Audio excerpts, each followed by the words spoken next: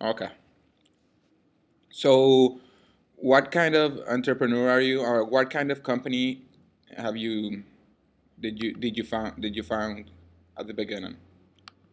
I started as a print designer doing graphic design on the Mac in the late 80s.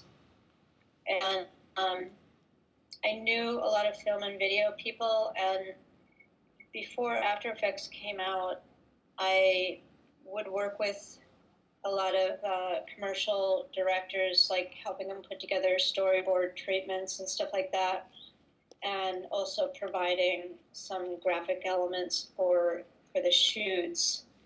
Um, this was back in the days when they did stuff with copy stands and things like that. Uh, but anyway, so since I was kind of around that world, when After Effects came out, I think in like 1991 or 92, um, I just started doing video with it right away. And um, and that's also right when the Avid was just, people were just starting to use Avids. And, so there was just really a lot of interest and, a lot of people that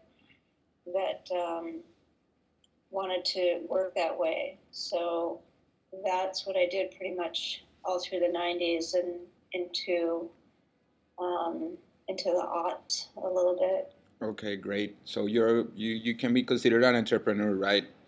Yes. Um, I have one question for you. Let's say you've had I'm sure you've had a ton of ideas to create a new startup for you, right? Uh huh. Um, would you be willing to go public with these ideas, like to advertise these ideas in internet if there were if there was if there was something that could help you build this startup? Yeah. You wouldn't have a problem with just sharing your idea on internet? Nope. Okay, that's great. And what? I'm a sucker. Sorry? I'm a sucker. Yeah. Well, you wouldn't have a problem, and you just post it, and that's it. Yeah, I mean, I don't think so. Of course, it would depend on if there were other people involved and things like that. But just me, myself, I tend to be pretty um, non, not secretive about stuff, so I'd be okay with it. Okay, great. Thank you. Um, what were the most critical challenges that you faced when you were building your company, or when if you would if you were to begin another company, what would you think would be your most difficult challenges? I think finding good business partners is really hard and, obviously really key. Um, because I guess maybe designers more than other people tend to be kind of control freaks, and you want to be in control of everything. And it's just, I mean, even if you had all of the skills to do everything that's involved, which is, not only just doing the work, but going out, getting the clients, managing the day-to-day stuff, doing the financial things. It's just like too much for one person to do and to do well, at least for very long. I mean, I think a lot of people, when they first start their companies, do operate like that, but, before long, you really have to get partners and be able to delegate responsibilities and usually get people who are better at certain things than you are. I mean, for me, I'm a horrible salesperson. I mean, I could probably sell other things, but to sell my own work, it was just really, really hard. And I did have somebody work for me for a few years who would just do cold calling. I had a couple of people work for me that did that, um, and go to conferences and schmooze and stuff like that.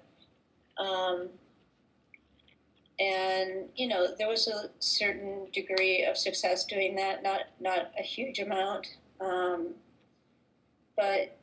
that kind of stuff, I would really need to be in business with somebody who is better than that, than I am. Okay, great. So would you say like building a team? That's basically it, right? Building a team. Yeah, or is it more like business partners or? Yeah. Okay. Okay, great. Thank you. Um, for you as an entrepreneur, what is your most important incentive? Like when you need to develop an idea or just become a part of a startup or just because you have an inspiring idea or just money or just because you see a good team and you want to go for it.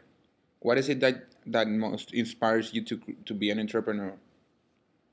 I think the idea and to be able to create something that I feel good about. I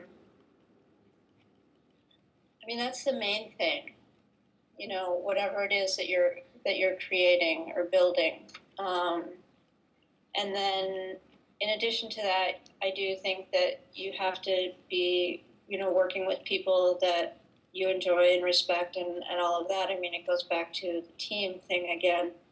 Um, but just on a day-to-day basis, I think in order to be able to really dedicate yourself to something, it's like I have to really want to go into work in the morning. um, and of course money is the last thing on the list. Um, which I don't know. I mean, I should probably be more concerned about it than I am, but hopefully if you're doing something that you really love and you're doing it really well and it's something that is good, it has some kind of purpose, then hopefully the money is going to follow. Great. That sounds great. Um, let's say you would find a place that you could that you could that makes available some kind of key resources for you to to create this startup. You have an idea and you find a place where, oh my god, I have a place where they can refine my idea, where they can refine my business model, they can help me find business partners. um, would you be willing to pay for some of those features? um, yeah, yeah. I mean, to a certain extent, that's why I'm in graduate school, is that I am paying to develop some of those skills for myself. So, yeah, I mean, they definitely have value. I think a lot of companies, when they're just starting up, I mean, they pay for things in ownership, I mean, that's what getting partners is. It's you know, I'm not being very articulate, but I mean, if you're talking about paying upfront with money as opposed to, giving somebody partnership in your company, yeah, to the extent that I could, I would be willing to do that. That's great. Thank you, Lisa. The last question has to do with local versus global. Like, if you were to create a startup, like, how would you feel more comfortable working with a local team or just a global team? Like nowadays you can have teams that are located in everywhere. Yeah. And why would you feel more comfortable working with? What kind of group? Local versus global? Well, I mean, a few years ago, I definitely would have said local, but at this point, you know, I do think that I've had some really good working relationships with the people that I've never met before. So, and that has the potential to be very interesting on a lot of different levels. So, I guess in a way, it wouldn't really make too much difference to me. I would be comfortable in either setting. Okay, so you don't have a preference? Like, if you have to decide. But I had to decide. It's funny, if I had to decide it, I might say a global. Yeah. That's great. That is great. Thank you, Lisa. Thank you very